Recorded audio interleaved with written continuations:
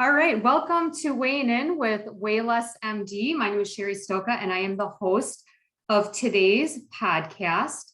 And I'm super excited for our guest today. And actually, I should have asked you prior because I've heard your name pronounced so many times. Right. And I'm going to say it. You can tell me if I said it wrong, but Kiran, is that correct? Yeah, the last name is Krishnan. Other than that, oh, Krishnan. Yeah, you got the first name perfect. Okay, perfect. So again, I'm so excited that you agreed to come on today because, like I told you, we're going to talk about the gut. I mean, we're going to talk about the gut, the brain, and all of the other things that come into play when you're talking about that. But again, I'm going to start out with your introduction because I don't want to get too long-winded and get into conversations without telling people or helping people understand who you are and kind of how you contributed to this area, because it's pretty significant. So Kiran is a research microbiologist and has been involved in the dietary supplement and nutrition market for the past 18 years. He has a research background and spent several years with research and development in the fields of molecular medicine and microbiology at the University of Iowa. Kiran established a clinical research organization where he designed and conducted dozens of human clinical trials in human nutrition. You are also a co-founder and partner in New Science Trading, a nutritional technology development and research company, and also co-founder and chief scientific officer at Microbiome Labs, which is how I kind of discovered you and all of your amazing products that you guys produce.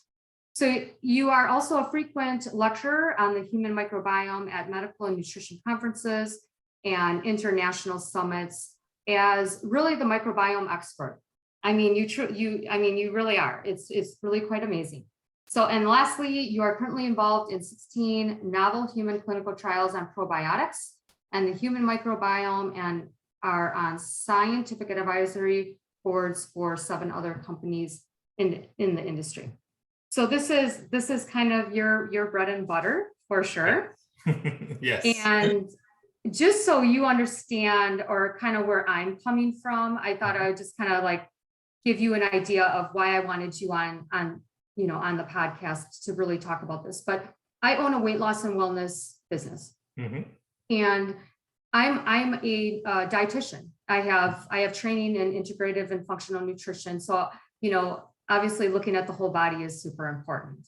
Yeah. And, when I started the business, I knew that I literally could not tell people to just reduce their calories, because it's nonsense. When you talk about, all we hear about is reduce your calories, exercise more. We know it doesn't work. So when I started to really delve into like really the body and imbalances in the body, and I also had kind of, I think everyone has a story, right? Mm-hmm. We all have a story that kind of takes us to our passion in life. And that was ultimately how I started to learn a lot about the gut because of just, personal things that I went through. But anyway, I've heard you speak a zillion times. I was recently at the Midwest conference in Chicago. You started talking about the gut, the brain, and when I try to tell people about this correlation, kind of like, whoo. So let's start with helping people understand like what the gut is and why it's so foundational to human health. Yeah, absolutely. Well, first, thank you so much for having me. It's a pleasure, and I'm excited to be able to have this conversation with you, and hopefully we'll help some people who are listening to this. So the gut microbiome, and really what we're talking about when we talk about the gut is really the microbiome, right? So we've got physiological tissue in there that does certain function, which is critically important. But the ability of our digestive system to do its function is dependent on what microbes live within that ecosystem. And then as it turns out, those same microbes have a huge impact on everything else that happens in our body. So you can almost think of the gut as this central command center for how the rest of your body responds to the world around you, whether it's the foods that you eat, the environment that you're in, the people you're around, the stressors in life. All of those things, how your body responds to those things are dependent on what is living in your system. A lot of that is because humans as a species have very little capability to exist by ourselves, right? So, and the reason for that is we have very limited genetic capability. So we have around 22,000 functional genes, which, if you're not familiar with numbers, that when it comes to genetics, that sounds like a lot. But when you consider that an earthworm has like 35,000 functional genes, or a rice plant has 30,000 functional genes, and how simplistic those organisms can seem, it's really baffling that us, being at the top of the food chain, top of the evolutionary ladder, the fact that we have technologies like this, that we can speak to each other from across the country instantaneously online, we are clearly more sophisticated than an earthworm is, right? But we don't have the genetic capability to be more sophisticated than an earthworm. So then the question becomes is, how is it that we are as cool as we are? Well, the reason is because we have over like 2.5 million microbial genes in our system, right? So the microbes in our system provide us with this immense library of capabilities that we would not have were it us by ourselves, right? So that is something that's so important to note. And we are mammals, right? So I think most people would understand what that means. And one of the distinct aspects of mammals in terms of physiology, and we share this with our primates and other mammals out there, is that mammals developed a large fermentive base in their digestive tracts. And we have different types of mammals. We have ruminants that have 4 different stomachs, right? And they ferment and digest food a little bit differently and more thoroughly in certain ways. And we have ourselves, like humans, with this linear system. But in all cases, we have developed this large fermentive base of organisms that we house that provide us a significant amount of our capabilities, not only through genetic expression, but also by producing compounds for us that we cannot make ourselves or we cannot gain from our diet. All right, let me give you one simple example of that, just so people can wrap their heads around what I'm talking about. There's a really significant compound called urolithins. This is a category of compounds, urolithins. Let's take urolithin A. This is now a well-known, well-studied compound. It is so critical to human existence because it stimulates cellular turnover, right? So as our cells age and get damaged and die, we need new cells to come on board, and we need mitochondria, the powerhouses within those cells. As they age and they die and they become weaker, we need new mitochondria to take over, or those cells are going to die, and then the organs that the cell makes up will die eventually. And that's in fact a hallmark of aging. And so urolithins are a compound that stimulate the turnover of mitochondria. So as our mitochondria become dysfunctional at the cellular level, these are the engines that power our cells. That's how important they are. The moment they shut down, we no longer exist, right?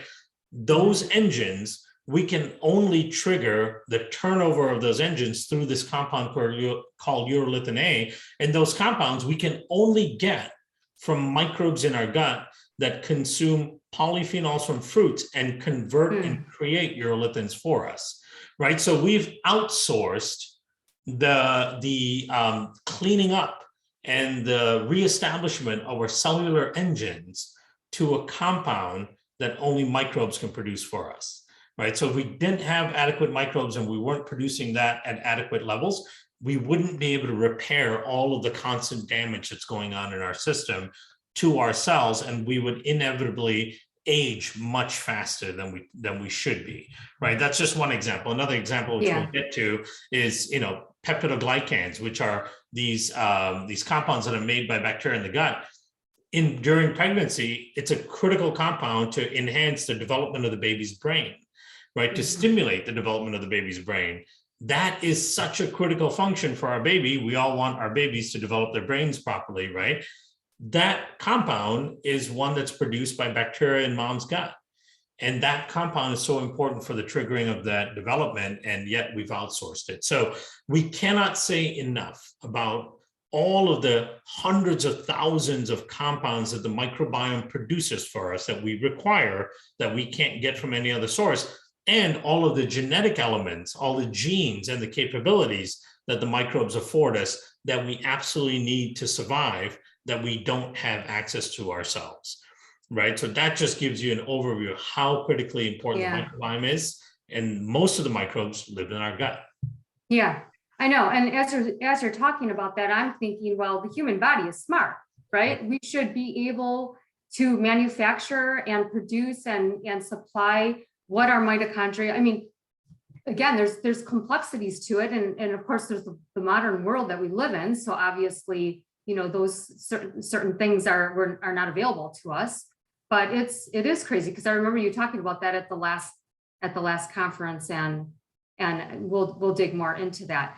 But so I guess talk a little bit about how, because people have a hard time understanding, like, some of the, obviously the diet is a little more obvious with how it affects the microbiome. But when you talk about stress, you talk about your mood, your thoughts, like how and why does that affect the bacteria or the microbiome in our guts? Yeah, so it's a two-way street. So our mood and our response to stress and all of that do affect the microbes that live in our gut and through the rest of the body as well, not just in our gut, in our neurological system, in our upper respiratory tract, all of that.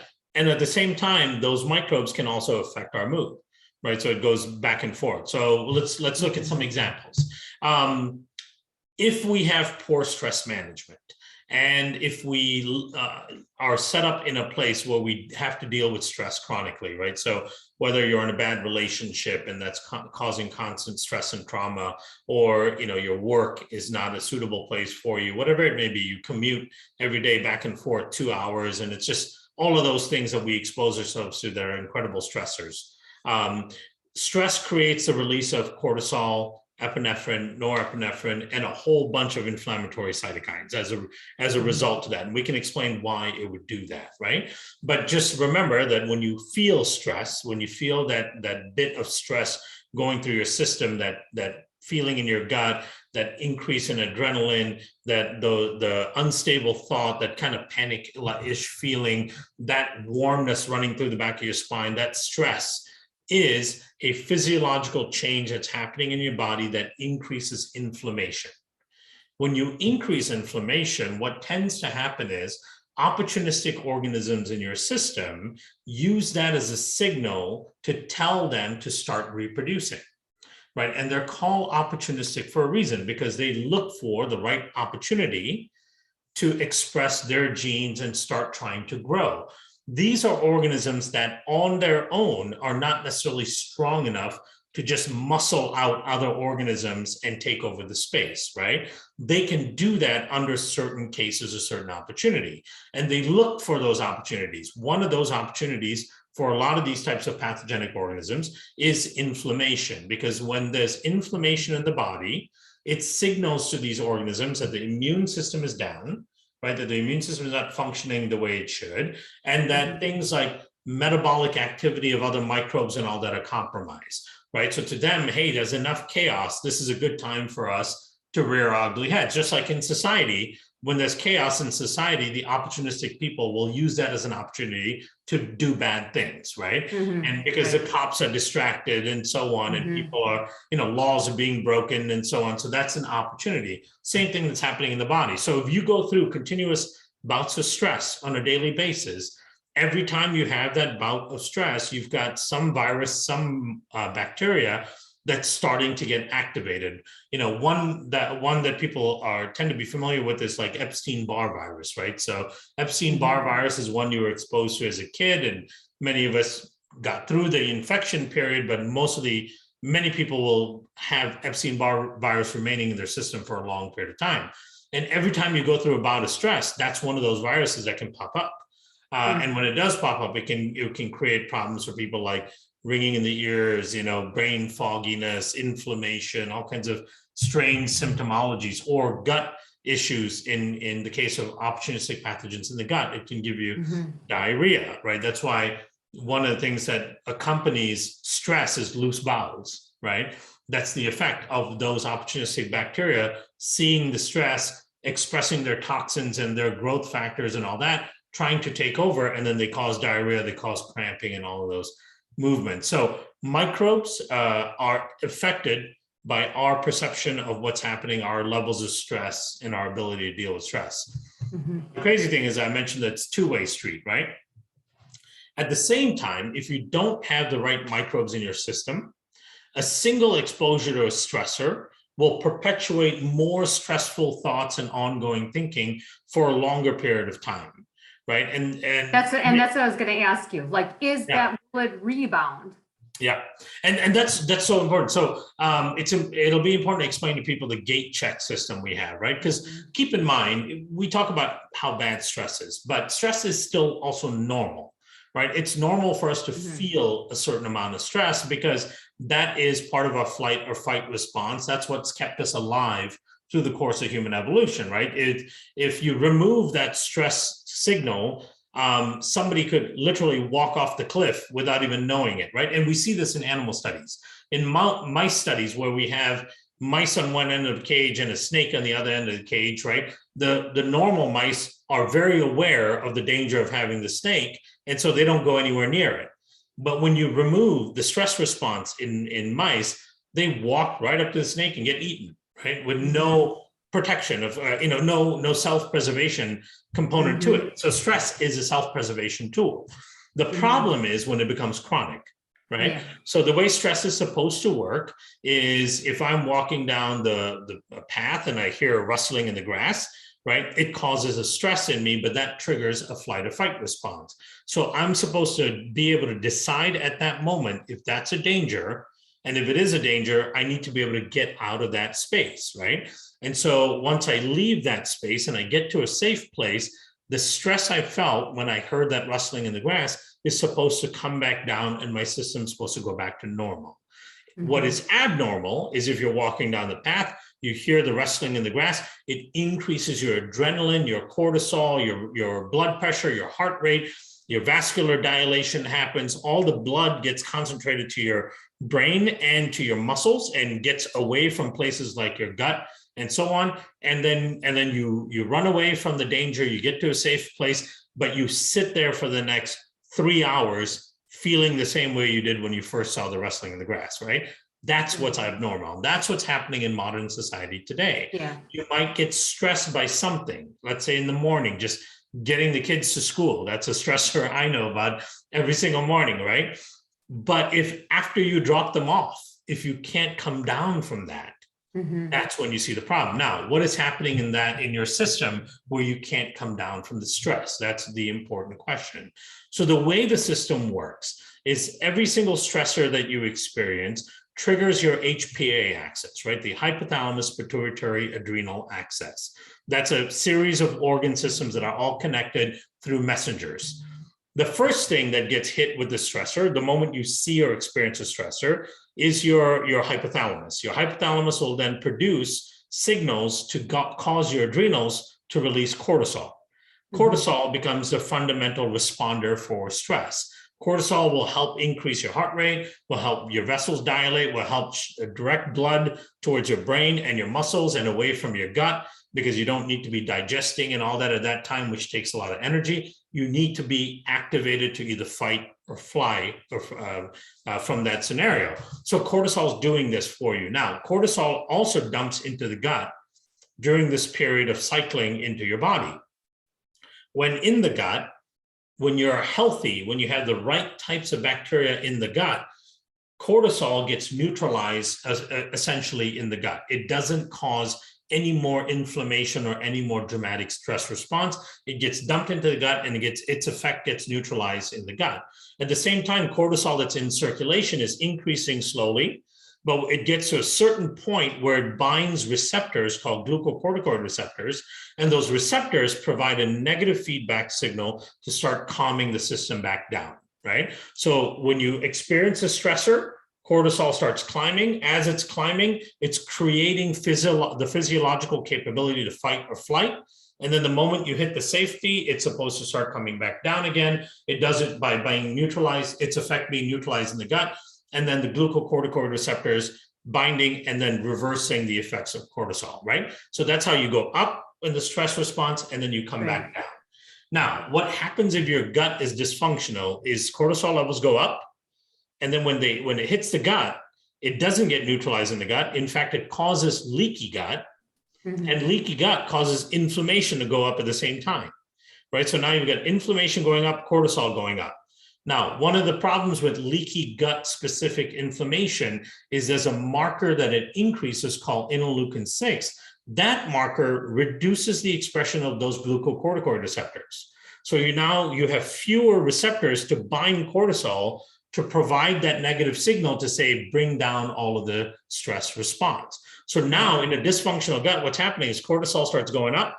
At the same time, inflammation goes up and cortisol just keeps going up and up and up and up and up. It doesn't get that negative feedback to come back down. Yeah. So a single stressor will put you on this roller coaster of upward motion of cortisol, epinephrine, norepinephrine, and you'll feel this chronic basal level of anxiety and stress throughout the day, right? It becomes really hard to come down from it. So the more of that you feel from day to day to day, it gives you this chronic, stable, anxious feeling.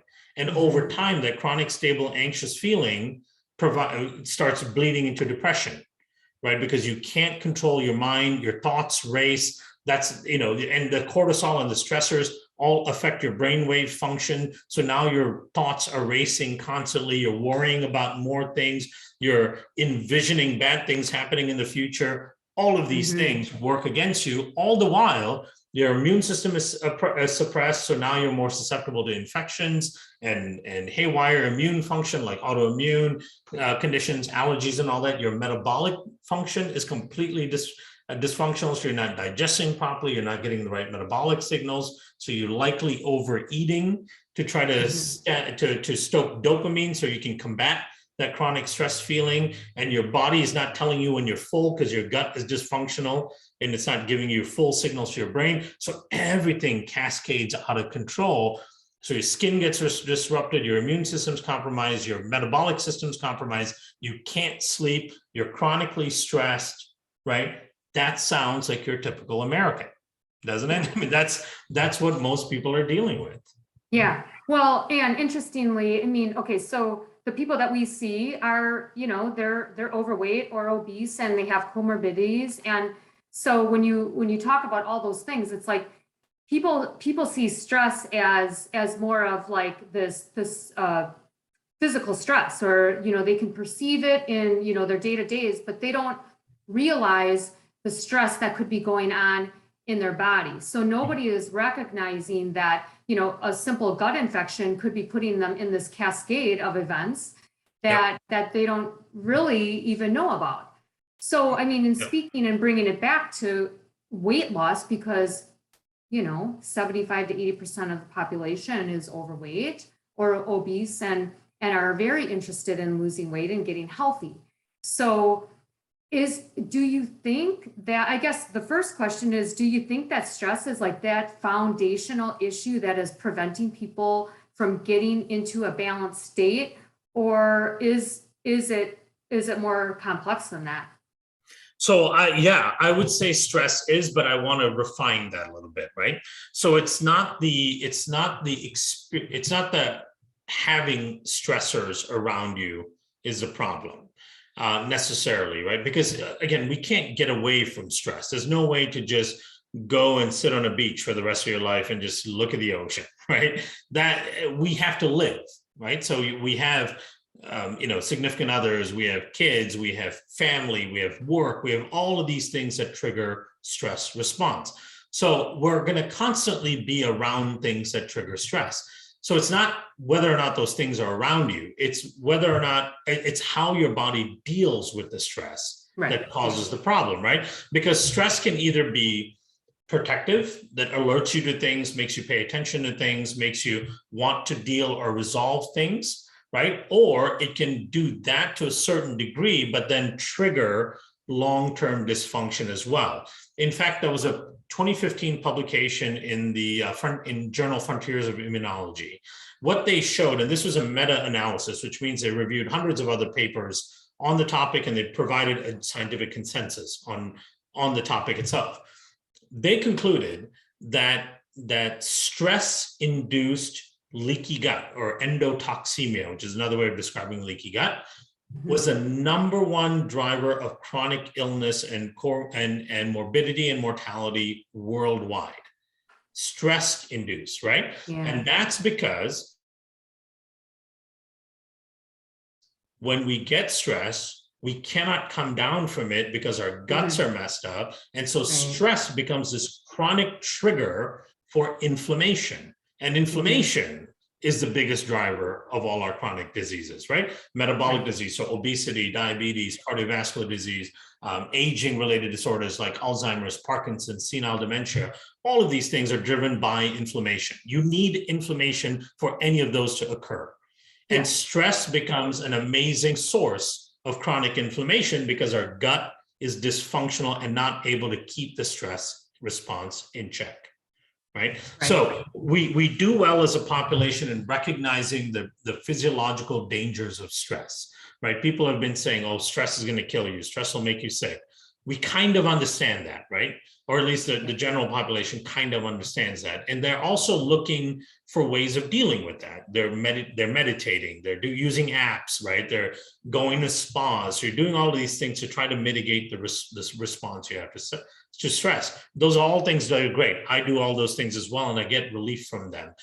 But the most important thing you can do is focus on your microbiome, because your microbiome is designed evolutionarily to help you reduce the impact of stress, right? That's one of its critical functions.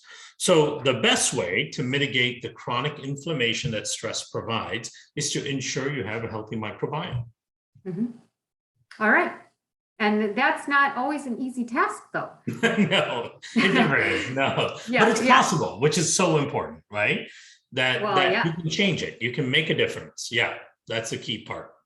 Yeah, I mean, exactly. So, I mean, diet, obviously, you know, there's core foundational factors for sure. But then, you know, people come to the table with autoimmunity, you know, this and that. I mean, there is complexity. So, you know, when you think about, you know, to further, you know, extrapolate on your comment about address the foundation or the microbiome, what do you think is really the best approach, you know, outside of, you know, eating healthy and things like that? Yeah, so here's where we've become lucky. Okay, so I do this lecture. There's a lecture that I've done for the last couple of years, and it's really focusing on what is the most important approach in terms of reestablishing or restoring the microbiome and gut and the rest of the function of the body, right? Because it's such a complex story, or it can be seemingly complex. So as I started working in this research field and I started working with doctors and practitioners alike, the most common question I got was, how do I fix my patient's microbiome, right? And in particular, how do I know how to fix that patient's microbiome? Right. So taking a practitioner's normal day, patient A comes in the morning, that patient's dealing with, you know, autoimmune disease and dealing with Hashimoto's and other things like that. And then the practitioner knows that patient's microbiome is probably part of that condition, right? But what is specifically wrong with that Hashimoto's microbiome, right? And then the second patient comes in and that patient's dealing with diabetes and obesity. Right. Again, you know, something's wrong. The microbiome's driving that, but what is wrong with that diabetic microbiome? And then the third patient comes in and they're dealing with acne or they're dealing with anxiety, right? And you know that their microbiome is playing a role in that, but what is wrong with that anxious microbiome? So then the big mysterious question is, how do I know what's wrong with the autoimmune microbiome, the diabetic microbiome, the anxiety microbiome, and then how do I fix those, right? That's where it seems extremely complicated. What I'll tell you is when I started getting lots of those questions, I was like, I got to try to figure out what that problem, how do you solve that problem, right? Understand that problem to begin with, and how do you solve it? As it turns out, when you read all of the studies, and we've gone through thousands of studies on this topic, what you find is that what is wrong with the diabetic microbiome what is wrong with the anxiety microbiome and what is wrong with the autoimmune microbiome or any conditions microbiome are basically the same things. It's the same dysfunction that is found in all of these types of microbiomes, right? Same basic physiological dysfunction. And that was so revealing to me when we first saw it. And it was a mind-blowing thing. We were like, wait a minute. So when it comes down to it, it's the same basic 4 or 5 things that are wrong with all of these microbiomes. And that becomes a foundation for the condition. Now, from what's wrong with that microbiome, whether you develop autoimmune disease or you develop diabetes or you develop anxiety, will depend on a number of different factors, right? Will depend on lifestyle, will depend on what you're exposed to, will depend on genetic susceptibility and so on. But foundationally, the thing that's allowing for the presence or the formation of those conditions in the microbiome is the same. So you would treat the diabetic microbiome the same way you would treat the reflux microbiome or the anxiety microbiome or the autoimmune microbiome, right? These are seemingly unrelated conditions that present in very different ways. But when you drill down the research to figure out what is wrong with each of those microbiomes, it's the same thing. Okay. And that's what's so exciting about it, right? Are you gonna tell us what that one thing? Or no, they have to wait for episode 2 for sure. Just kidding. I thought you were gonna expose all of this and tell us the secrets to everything. I absolutely am. Because you asked, I absolutely am going to. No, I mean, it makes sense. It makes sense. I mean, got it. I mean, inflammation is the foundation. I mean, you have to go to the deepest foundation, and we all are different. Yeah. The root cause, right? And we were looking at this as the root cause of the root cause. And it's like, it's foundational. This is where it all begins. So there are a few basic things that occur in your gut, in your microbiome, that set you up for these conditions. Number one is a loss of diversity in your microbiome, right? That is a theme that's present in tens of thousands of studies on the microbiome. There are about 10,000 studies published every year on the microbiome, right? So over 50,000 studies in the last 5 years alone, which is mind-boggling when you think about it. A theme that runs across the board in all of those studies is gut diversity. Diversity in your gut microbiome is absolutely critical to maintaining resilience and strength in the microbiome, and lowering or loss of diversity is one of the first and fundamental steps in setting up for chronic illness, right? In fact, diversity will even dictate how long you live. There's lots of studies showing the correlation between high diversity and living a long, healthy life over 90, 95 years old, and low diversity and having significant chronic illnesses in your 50s, 60s, and beyond, right? So diversity, loss of diversity, step one. Number two, loss of keystone species. These are very important organisms that not only protect the human host in many different ways, but they also protect the rest of the microbiome. They maintain diversity and complexity within the microbiome. They prevent pathogenic organisms from taking over, and they also protect the lining of the gut, right? So it's absolutely critical that these keystone species be present at adequate levels. These are organisms like Akkermansia muciniphila, Faecalibacter prosnitzi, Bifidobacterium longum. All of these organisms individually and collectively are associated with inversely associated with chronic disease, right? So for example, Akkermansia, when you have high levels of Akkermansia, you're protected against cardiometabolic syndrome, which has about 30 or 40 conditions under it, including diabetes, high blood pressure, cardiovascular disease, polycystic ovarian syndrome, hypogonadism in men, which is low testosterone in men. All of these things that fall under cardiometabolic syndrome are actually protected against when you have high levels of Akkermansia. When you have low levels of Akkermansia, you have high risk for all of those things. Faecalibacter prosnitzi is another good example. If you have high levels of Faecalibacter, it protects against all types of inflammatory bowel conditions, right? So inflammatory bowel disease, Crohn's, colitis, and so on. It protects against all of those. So you have to have these keystone species. If not, you're going to be exposed to certain susceptibilities, and that's going to spiral out of control. So you've got low diversity, you've got loss of keystone species. Those are two big key changes that happen in people's microbiomes. And then the third thing that happens as a result of those two is a loss of postbiotics. Postbiotics are compounds that are produced by your microbiome. These are compounds like short chain fatty acids, for example, right? That are required for proper immune function and proper metabolic function. 1 second. And so these postbiotics, and urolithin, the example I gave you earlier, that's a postbiotic, right? So you need that in order to function properly.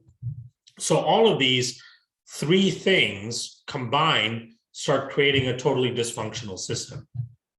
Okay, so I have a couple questions on that, because we do some GI, we do some gut testing.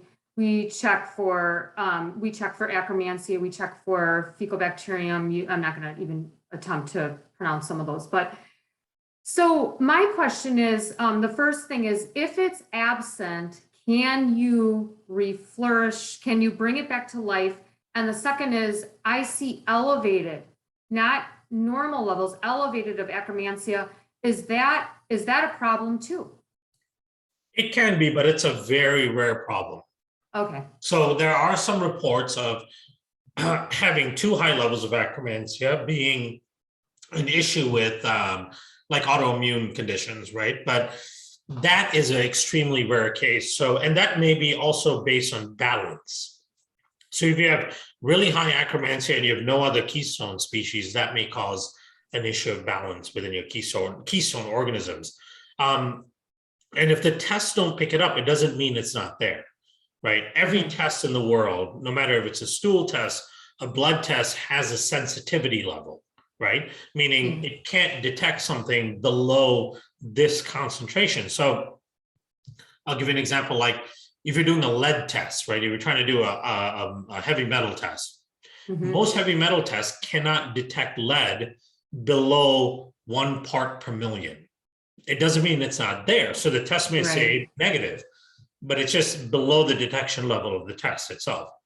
That's the same case in the microbiome. Just imagine the immense complexity of trying to find a needle in a haystack, right? You might have small amounts of these bacteria among trillions of other bacteria. And what we're looking for are the genes from that one bacteria in the stool test to pick up the presence of that bacteria, right? So you've got trillions of other genes, and we're looking for just this one gene from this one bacteria to try to find it.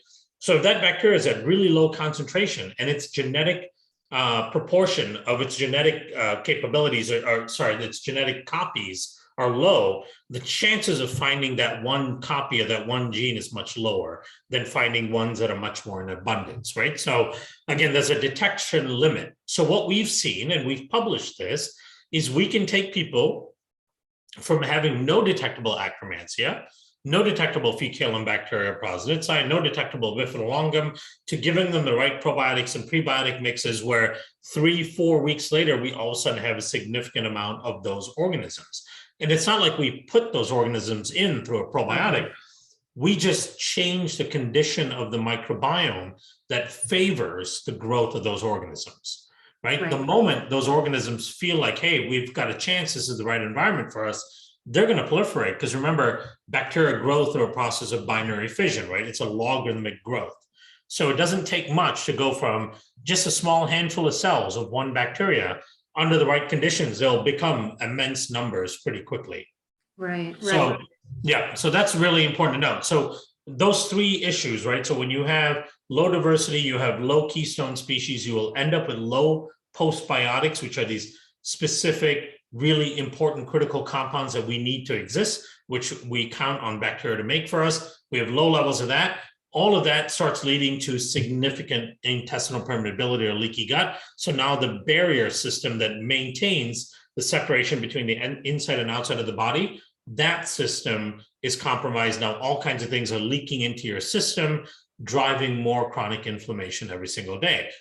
That seems to be the exact pathology that's occurring in the vast majority of chronic illnesses, right? So when we were looking at it, we're saying, okay, if we can identify those as the problems, then if there's a way of reversing those, right? Bringing back diversity, bringing back the keystone species, increasing those postbiotics, and then eventually repairing the gut lining and the mucosal layer, that should alleviate the vast majority of issues, right? Or at least provide a condition under which those issues can be alleviated, right? And then you might have to do other things as well. Of course, you're not just going to fix your dysbiosis, your diversity, your postbiotics, your keystone species, and then lose weight. You're going to still have to do the lifestyle changes that are needed, right? Exercising, eating properly, and so on.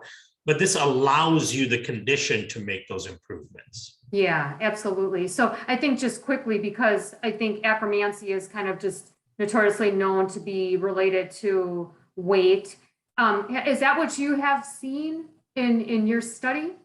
Yeah, so we actually did a study which we'll be publishing in the next few months, where for us, what I call the concept is metabolic reprogramming, right?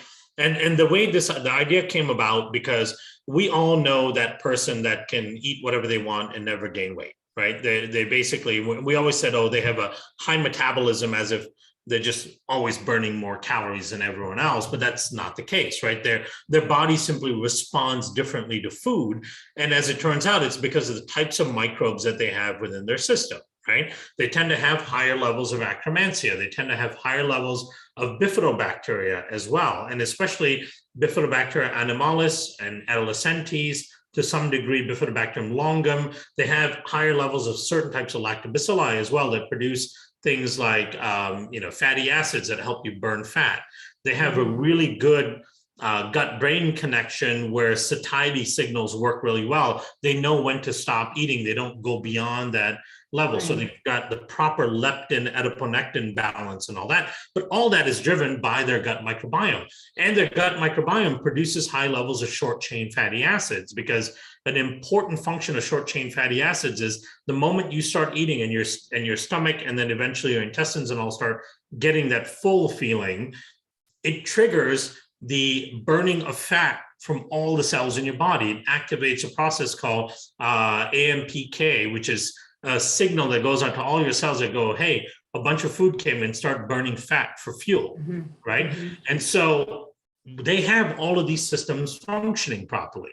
And that's why they tend to stay lean, right? So our thinking was, can we take somebody that's been struggling with weight, that's overweight or obese, and then can we only change their microbiome and see a metabolic response, right? No change in diet, no change in exercise, meaning they're still doing all of the behaviors that made them heavy to begin with, but just shifting their microbiome to more of that lean person's microbiome, can that actually cause them to lose weight? And sure enough, what we saw in the 90-day period, with just using a single probiotic and a single prebiotic, what we found was that we were able to change their microbiome enough where those individuals started to drop weight, but more importantly, drop fat.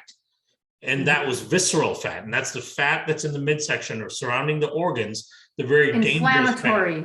Exactly, that inflammatory fat, right? Yeah. Like we can all have some subcutaneous fat all throughout the body, which makes us look a little bigger, but that's not the dangerous fat. It's the visceral fat that's the dangerous fat. We saw almost a 30% reduction in visceral fat mass in 90 days. We saw a significant improvement in metabolic response, in glucose control, all of these improvements, as if they've been dieting and exercising, but they haven't done anything. They've continued those bad behaviors, and it's purely from a shift in the microbiome, right? So we're starting to change how their body responds to food. And so when you take that and you take that metabolic reprogramming and you take someone's microbiome that tends to make them more obese and shift it towards a microbiome that makes you more lean, and then you add in the behavior change, that becomes a very profound and significant way of actually losing weight in a healthy way and keeping it off, right? And keeping it off. I mean, keeping it off. That's the key. Yeah. Because you shouldn't have to diet. You shouldn't have to do all of these things constantly, right? You shouldn't have to be working out 5 days a week just to maintain. That's just not the reality of how the human physiology is designed, right? In fact, our ancestors didn't exercise. They lived an active lifestyle, of course. They didn't have sedentary lifestyles like sitting on the couch for hours on and watching Netflix, but they also didn't exercise. They didn't go run 20 miles a week, right? They Yeah. moved around because they had to. But humans are designed to stay lean and muscular, right? Yeah. But when we mess up our gut microbiome, that'll shift. There's been so many amazing studies on discordant twins, right? So that's identical twins, so they have exactly the same genetics, right? No difference in their genetic makeup, no difference in their upbringing, no difference in their heritage. Everything's exactly the same, but one twin is obese and the other twin is lean, right? And the only difference they can find is their microbiomes have changed in different ways. And what they've done is they take a sample of mice. These are all genetically equivalent mice, fed exactly the same diet. And then they take the microbiome from the obese twin and put it in half the mice, and microbiome from the lean twin and put it in half the mice. And the mice that got the obese twin's microbiome will gain weight, even though they're fed the same thing as the mice that got the lean twin's microbiome who stay lean, right? So the diet doesn't influence as much as what the microbiome is actually doing with the food. And so you have to look at that as a foundational aspect of weight loss. Yeah, I mean, it's so significant. And on the reverse, because we get people that come in all the time and say, I used to be able to eat everything, and I would never gain weight. I mean, of course, you get older, there's hormones and things like that. But I mean, I always say your gut has changed. I mean, over time, if you're eating bad, the gut microbiome is going to change, and hence you're no longer going to have the benefit of the lean person. You know, so I mean, it's so important. So and in some cases, it can be just a single course of antibiotics, right? For example, you'll see this in kids. Kids can eat almost anything they want and they never gain weight. They stay lean, they're running around, they're boundless energy. They might get a sinus infection, a ear infection, you give them one course of antibiotics, now they're starting to struggle with weight, right? And that's because that one course of antibiotics is enough to disrupt the microbiome enough that it changes the types of organisms that are predominant. Now you've got more of an obese microbiome than a lean microbiome, right? And they do that in animals. Like part of the reason for using antibiotics in cows and pigs is to help them gain weight faster, right? Because the faster they gain weight, the more economically feasible it is, because there's a lot of cost to bringing the weight up in terms of feed, right? So if a pig or a cow can reach what they call the catch weight, which is the weight at which they can sell it, if they can reach that 4 days faster, they save billions of dollars in feed over the years, right? And so one of the things that's been found is that when they get antibiotics, they gain weight faster. So it's all microbiome. Yeah. Oh my gosh, absolutely. That's another conversation that I probably am going to ask you if you want to come back. But anyway, okay. So I want you to talk about the probiotics, because I think it's so important. I mean, I purchase your products, the Mega Spore. I can't keep it on the shelf. When people go on it, they don't ever stop going on it. So I guess help us understand the probiotic industry from, retail, Walgreens to your spore versus the regular, give us the lowdown on that. Yeah, and again, the reason we even got into the probiotic industry was because there was a significant need to do something different in this space, right? The unfortunate truth is the vast majority of probiotics people have access to have no studies behind them, and you really have no idea what they're going to do in your system. That's just the nature of this industry in our business, is that there are lots and lots of companies that can pop up that have great marketing and are driven by marketers, but they're not driven by science. And probiotics is one of those spaces. In fact, I'll give you a quick brief history on probiotics. The first person that's credited with this concept of a probiotic is a Russian scientist named Ilya Mechnikov, right? He was the first guy that coined this idea that bacteria can be beneficial, right? Up to that point, bacteria was basically thought of as bad, right? And causing illness, the plague and everything else. And so now he's bringing forth this concept that, hey, bacteria can actually cure illness, can actually improve health. He had this fermented milk-based product that he was feeding his patients with severe Crohn's and gut-related issues, and they were seeing amazing results. And with that in mind, he coined this idea of beneficial bacteria. But then the term probiotic wasn't coined until the 1960s by these researchers named Lilly and Stillwell. They came up with this word probiotic, which means for life. So they identified bacteria that can improve health and be for life, as opposed to antibiotic, which are compounds that are anti-cellular life, right? So which kill microbes. And so most probiotics, however, at that time were thought of as fermented dairy products, right? So kefirs and yogurts and things like that. Then somebody decided, well, if those microbes that are fermenting the dairy and creating this beneficial effect, maybe we can just take the microbes themselves and administer it to people instead of using it to ferment the dairy and then use this fermentive base as a nutritional therapy. Let's just give them the microbes themselves. So then they started isolating these lactobacilli and all that are used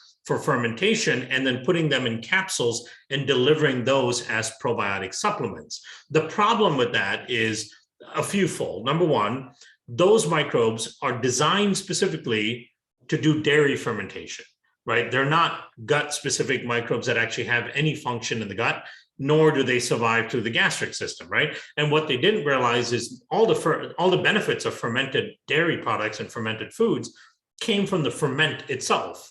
It's what the bacteria made while fermenting the food, right? All of the compounds and the anti-inflammatory compounds and the peptides and all of these things that are in these super rich, dense foods.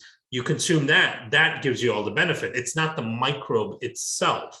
And so that's what the probiotic industry is based on. The probiotic industry is based on this concept of taking these microbes, these fermented microbes, and then administering them directly into people. And then because there's not a lot of science behind that, people started going with the more is better concept, right? So then probiotics started going from 1 billion CFUs per day to 10 to 20 to 30 to hundreds of billions of CFUs. And again, I can tell you there's no scientific rationale behind more is better when it comes to bacteria. It's all about the quality of the bacteria and what those bacteria actually do in the system that matters, right? So that's where there was a huge departure when we started looking at the gaps in the probiotic industry, is that every company kept coming out with a new product and they're just putting more strains and higher numbers. That was in their mind the best thing to do when there's no research to support that more strains is better and higher numbers is better, right? In fact, there are lots and lots of probiotic strains where I would rather take a single strain at 2 billion CFUs than a product over here with 50 strains and 100 billion CFUs, right? Because you have no idea what this other product is doing in your system. More than likely, it's doing nothing. And so this single strain that has been shown to be able to survive and impact the gut microbiome in some positive way, that's something that can actually have a significant impact on your physiology. Right. So when people think about probiotics, they think that, obviously you take it and it begins to repopulate and survive in your gut. But help us understand what really happens when you just take a probiotic. Yeah. So the vast majority of probiotics that you can consume today, let's say you go to the big box stores, you buy on Amazon, somewhere you're consuming them, the vast majority of them are going to die going through your stomach, right? The stomach acts as a gastric barrier. Part of its functionality is to kill microbes, because we get huge amounts of exposure of microbes through food, right? Through eating, especially through the evolutionary process, because most of our ancestors did not sterilize their food, right? So they just plucked things, dug things, ate things, and it's your gastric system that protects you from pathogenic and harmful organisms going in. And so the gastric system is designed to kill bacteria, and the vast majority of bacteria that are used as probiotics die in the gastric system. One of the first things we did before deciding to even enter into the probiotic market was we took the top 40 probiotic products in the marketplace and we put them all through gastric stability testing. And we found that 95% of them died in the stomach, almost completely, right? So what you're doing is spending hard-earned money and buying and taking in a bunch of dead bacteria. Right. Okay, so then I guess talk to us a little bit more about your products, Megaspore, spore-based, and how those are different. Yeah. So the simple concept then was we were asking ourselves, right? And I always go through these kind of thought experiments when I first think about a problem and I'm trying to resolve a scientific problem. The thought experiment at first was, what is a probiotic? Like, where did our ancestors get probiotics from, right? We clearly have this amazing symbiotic relationship with bacteria, where there are bacteria that we consume that will have huge physiological impact on us in a positive way. But the big question is, where is it that we're supposed to gain exposure to these kind of bacteria? And if you think about the course of evolution, it's through the environment, right? Once we're born, we come out into the world, and the rest of our lives, we're spending our lives in the outside environment. Now, we got a certain number of bacteria from our mom through the birthing process and through breastfeeding and so on. Those are really, really important microbes that we got during that process. But after that process is done, the rest of our lives, we are living off the land and eating fruit, and digging for roots and tubers. At least our ancestors were for the vast majority of human evolution, right? And we're no longer doing that, but we were, as we were evolving and developing into this human system, those were the exposures we were getting. So we said, okay, most of our natural exposure comes from the outside environment, right? But again, we have this gastric system. And our gastric system is designed to kill a lot of those bacteria that enter our system. So then the big question that we had was, are there bacteria in the environment that are ubiquitous, meaning they're very commonly found in the outside environment, in the natural environment, I must say, not our weird engineered environments in our homes and offices and cars and all that, but in the natural environment that can survive through this gastric system, because they have to survive through in order to start functioning like a probiotic, and B, are naturally found in the gut as well, right? Are there organisms that we pick up from the environment and we're supposed to pick up that become a source of the bacteria in our gut? And that's when we dialed into the bacillus spores, and we figured out that these organisms are masters at surviving through the gastric system. They have all of these natural capabilities to survive through the gastric system and make it into the intestines 100% alive. And so then when you check the microbiomes of people, normal, average, healthy people, you find that they tend to have pretty good levels of bacillus spores in their microbiome. And the healthier they are, the higher amounts of bacillus spores they have in their microbiome. And then when you check the current hunter-gatherer tribes that still live our ancestral lifestyle, right? The tribes that have virtually no chronic illness, they die from other more complicated things or more simple things, I would say, like infection after stepping on something that pierces through their foot, something like that, right? But they don't have autoimmune disease, they don't have Alzheimer's, they don't have all these kind of obesity, they don't deal with those things. So like the Papua New Guinea tribes or the Hadza tribe in Tanzania, they tend to have very high diversity and high levels of these bacillus spores.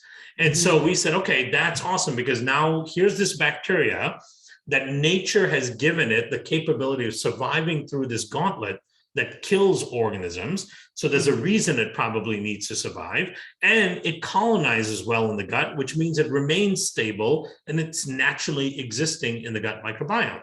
So to me, that was the most natural version of a probiotic that I could think of. And then when you look at the modern age, what we've inevitably done is we've separated ourselves from these organisms, right? We no longer get the daily exposure to these organisms because we no longer hunt or gather or forage. We no longer live within the land. We live in these sterile environments. And so we have divorced ourselves from those organisms. And that is a missing factor in maintaining our gut microbiome, because those organisms were ones that we were exposed to every single day throughout millions of years of evolution.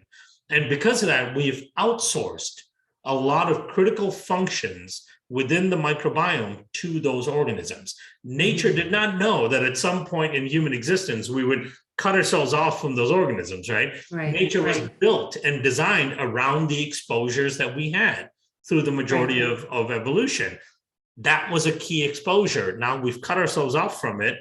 Now we're paying the price because our guts don't function properly. So to me, it was just being smart enough to understand what nature has already created for us. Nature has created the perfect probiotic for us, We just have to be smart enough to identify it, research it, study it, know what it does, and then get it back into our system. Yep, absolutely. So I want to ask you two more questions. I want you to talk briefly about the new products that are very specific to the brain. But I do want to ask you a quick question. What is the maximum amount of Megaspore? How many can you take a day with continued benefit? Because I know it says like 1 or 2, but how high can you go? Yeah, so we taper people up. We always start people with half or 1 and then build them up to 2 caps a day, right? So 2 caps a day is a normal dose that most people will take.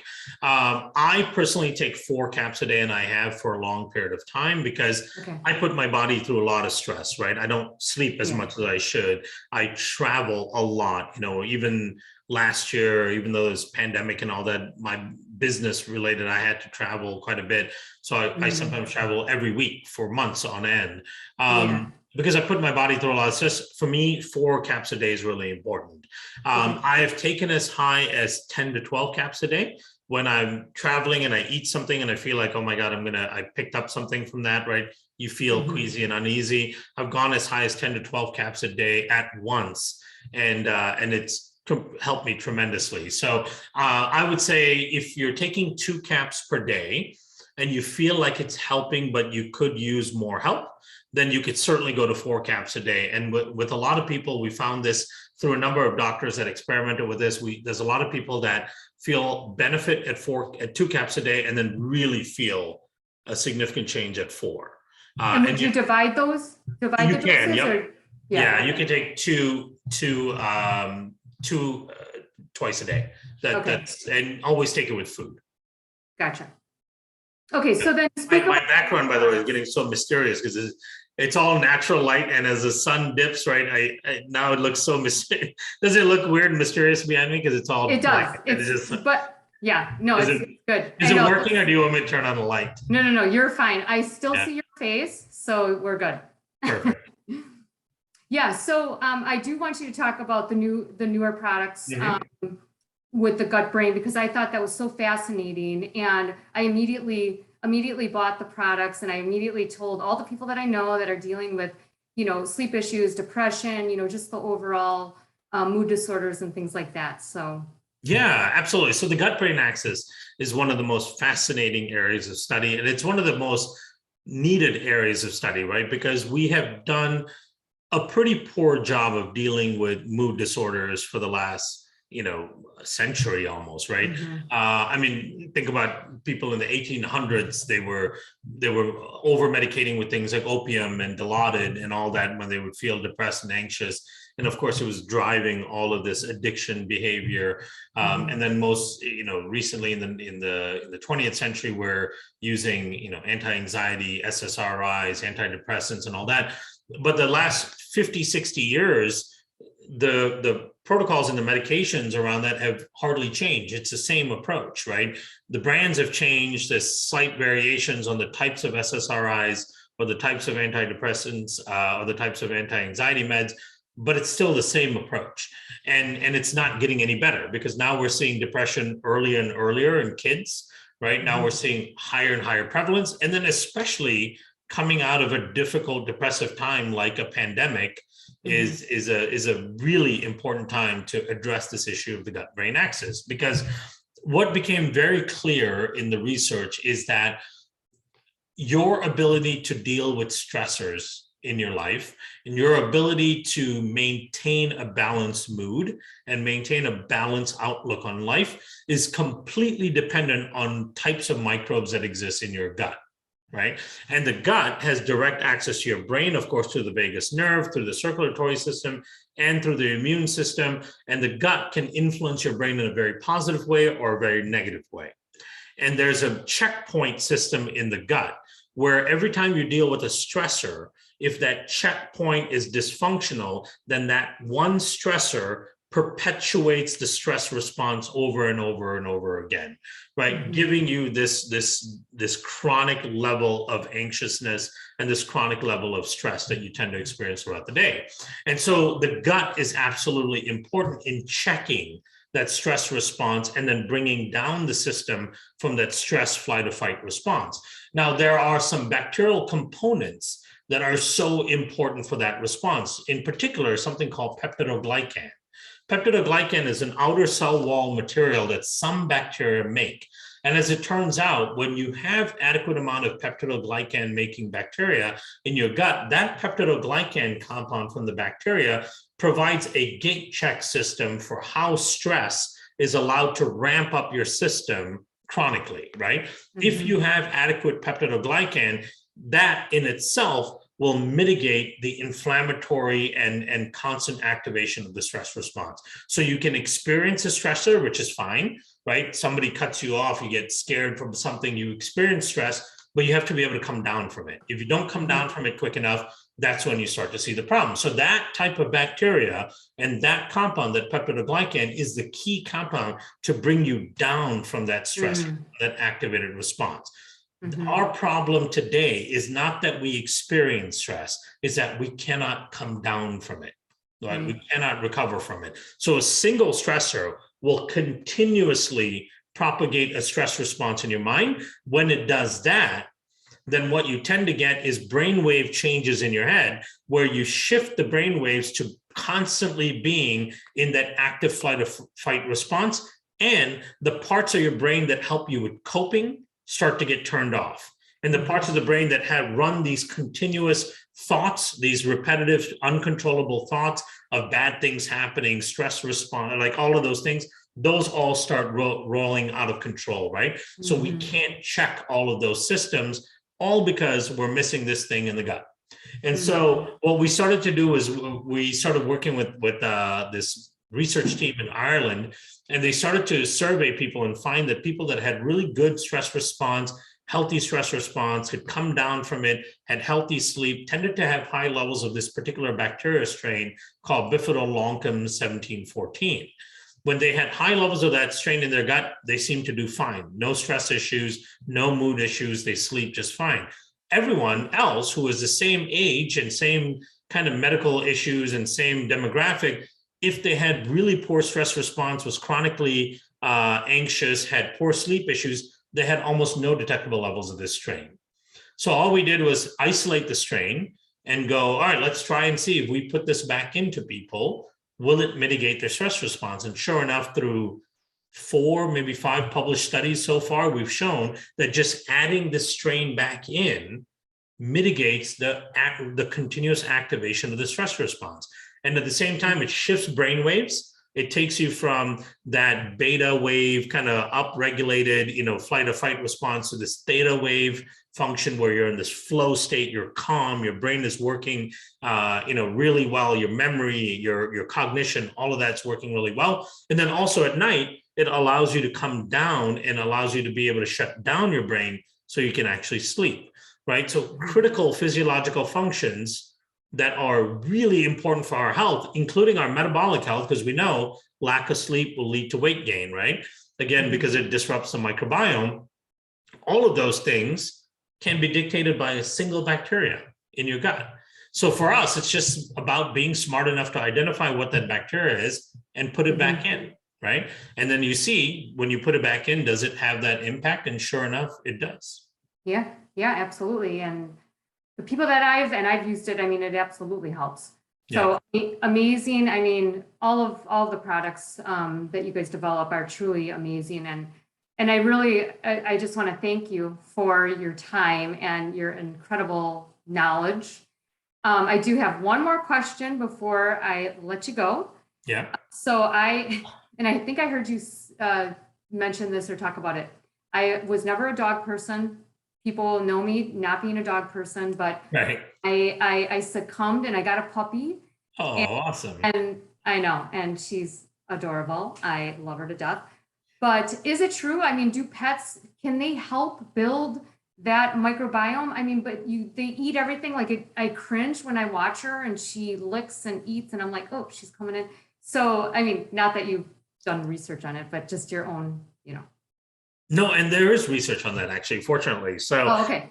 Studies do show that households that have dogs have kids with lower incidence rates of asthma, allergies, viral infections. There was also a study in January of 2020 that published that showed that bringing in a dog into your household actually expanded your longevity. It does change your microbiome. And then, of course, all of the oxytocin and other benefits that you get from exactly. just the relationship you have with this dog, right? But yes, they do impact your microbiome in a very positive way. Now, here's the reverse, though. We have screwed them up, because think about what these poor dogs suffer from. They suffer from human diseases, right? These dogs have allergies, they get asthma, they get atopic dermatitis, they get diabetes, they get Alzheimer's. These dogs are suffering human diseases that animals in the wild don't have. And the reason is because these dogs get incorporated into human lifestyles. And we cause the same problem with them that we have in ourselves, which is a loss of diversity and then intestinal permeability or leaky gut in dogs.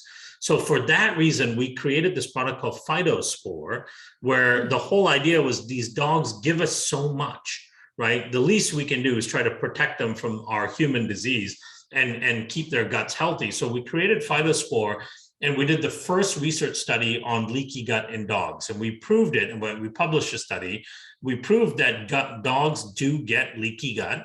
And we proved that that leaky gut is significant for them in terms of disease risk. And so Phytospore is a specific probiotic designed for dogs that keeps their gut healthy, competes against pathogenic organisms, keeps the lining of the gut healthy and their immune system functioning well as well, because inevitably they're exposed to Roundup and all these other chemicals that we're exposed to, right? That mess us up. They're running around the lawns and sniffing around, and they're picking up all of the weed killer and they're picking up all these pesticides and all that stuff devastates their gut, right? And so we have to protect them just as they provide us and protect us. And I totally forgot that you guys had that product, and I was just asking that, but I'm so glad I asked it, because I'm just like watching now my dog lick all the grass. So anyway, amongst other things, right? Yeah. Well, again, thank you so much. I mean, honestly, this was so great. I hope that maybe down the road we can do this again. I would look forward to it. Awesome. Again, thank you so much. And we're going to end the podcast now. Yeah, it's my pleasure. Thank you. All right. Thank you. Have a great night. Bye-bye.